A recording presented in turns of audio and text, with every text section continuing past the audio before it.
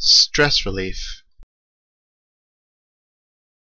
Well, simply put, it is the act of removing stressors from the body to improve your physical and emotional health.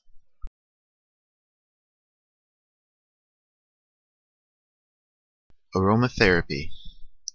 Aromatherapy is an alternative form of medicine that uses various types of aromatic plant compounds to alter a person's mind, mood, and brain functions. Lemon oil is said to be uplifting, anti-stress, and also help lift your mood with the help of relaxation techniques. Lavender, jasmine, chamomile, and peppermint are used for anti-stress, anti-anxiety, and as an antidepressant. Sage has been suggested to boost short-term memory. Science offers of two ways to explain the reported effects of essential oils. One is the effect of aroma on the brain's limbic system through the olfactory system. Two is that the oils have a pharmacological effect. These effects remain unproven. However, they have shown promise in clinical studies when combined with other techniques. Aromatherapy, for the most part, is regarded as complementary to more traditional methods at best and pseudoscientific fraud at worst. Acupuncture is an ancient Chinese healing art. It is believed that the energy of the body, called qi, flows in channels called meridians. Stress has the effect of putting the body in a state of imbalance, causing the energy channels to become blocked.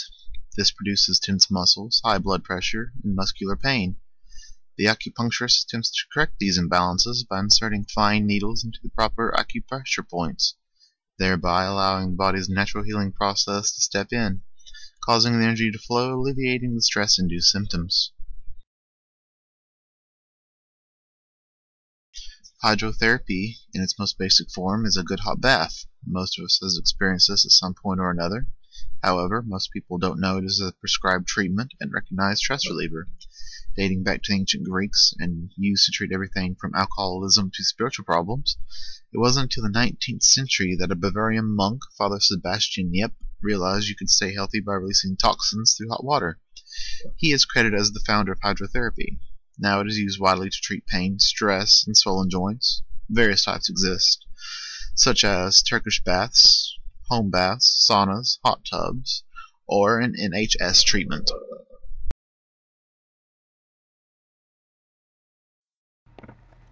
Hey, this is Jerry. I wanted to talk today about three different natural herbal supplements that you may be able to take for helping out with stress relief. The first one is one called 5-HTP. It's an herb that's naturally produced in our bodies from the amino acid tryptophan. It is referred to as a precursor to the neurotransmitter serotonin. Serotonin in the body helps to regulate mood, appetite, and sleep. It also has some cognitive functions, including memory and learning. Studies have shown that low levels of serotonin in the brain can lead to stress and, in some cases, depression. Some of the antidepressants, known as SSRIs, are designed to boost serotonin levels in the brain. 5-HTP is a natural supplement that can boost serotonin levels without some of the side effects of taking antidepressants. It has been noted in several studies that it should not be taken in conjunction with antidepressants because it can cause what they call serotonin syndrome, or too much serotonin being released at one time in the brain. The benefits of 5-HTP are they help with anxiety, insomnia, migraine headaches, and even fibromyalgia. The second herbal supplement is valerian root. Valerian root's been used for centuries, going back to ancient Greece, and originally they used it for insomnia. Studies have shown that it can also be effective in reducing stress and helping with relaxation, much the same way that prescription drugs such as benzodiazepines are used in the treatment of certain anxiety disorders. The benefit of using valerian root instead of sedatives is there's much less risk of developing an addiction. and avoiding some of the side effects that come with taking benzos. It's not recommended to take this herbal supplement if you're pregnant or nursing, and and you don't want to take it for a long time. But anyway, it can help with stress relief. You just They recommend that you don't take it for more than 5 weeks at a time. The third herbal supplement is ginkgo biloba. It's also used as a stressful reliever and has gained popularity lately. It is known to effectively increase the amount of oxygen that reaches the brain as well as other parts of the body. Because it is known to improve blood circulation, it has been proven to help with treating mental-related conditions such as ADD and ADHD. It can also reduce the amount of free radicals in the body. When mixed with other herbs such as passion flower, ginseng, and valerian root, can be used to treat anxiety caused by stress. Because it is effective in thinning blood, it is also not advised to take if you are on any kind of blood thinner medication. Anyway, these are three different herbal supplements that can help you. Of course, you want to check with your doctor before you take anything to make sure it doesn't conflict with any medication you might be on. But after doing a lot of research on the internet, these are three really popular anti-stress natural herbal supplements that you might want to give a try. Anyway, thanks a lot and have a good day.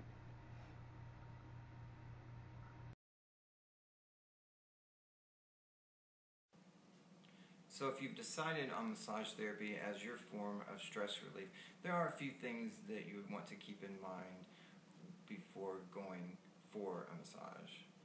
And the most important is seeking out a licensed massage therapist.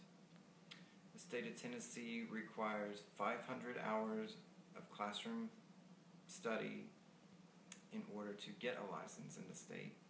And it also has to be renewed every 2 years with continuing education in between.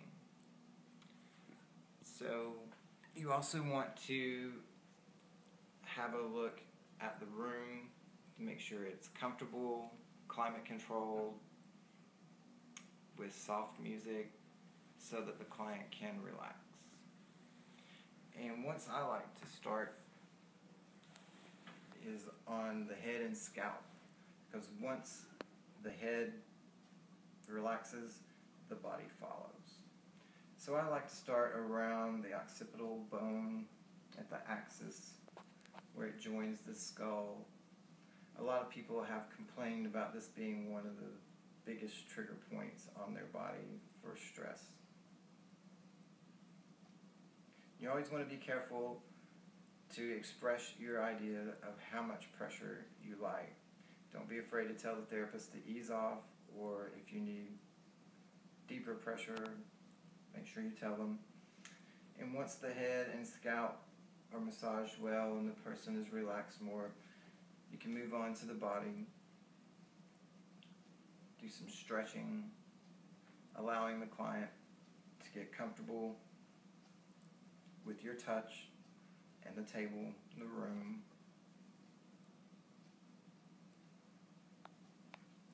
One thing about the strokes that the therapists use, they're trained to make sure that all of the pressure strokes are flowing towards the heart. That way the energy and the blood are all flowing into the heart to where they can rapidly be sent throughout the body to oxygenate and help clear the adhesions.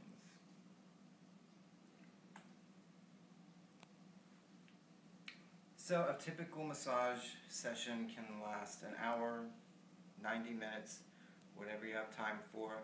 And there's stretching also involved. That helps move the muscles around and pull those adhesions loose.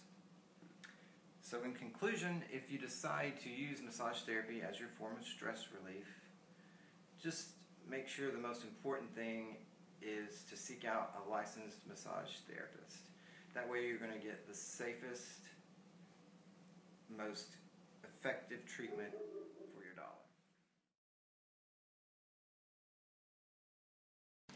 Exercise is the #1 form of stress relief.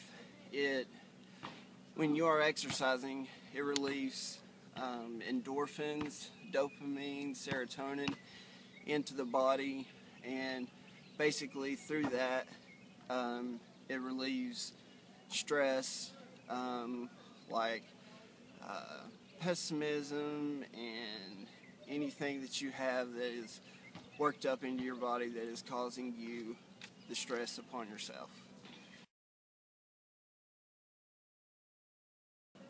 Yeah, and I just recently joined a gym, and it's absolutely turned my stress completely way down.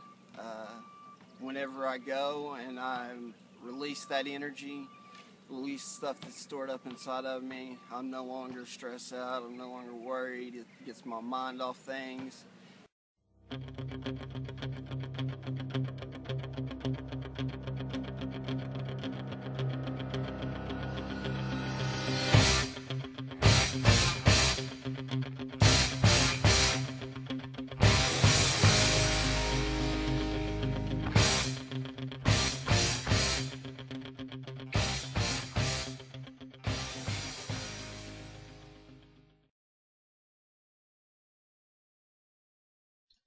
The techniques discussed here represents only the smallest fraction of stress release potential.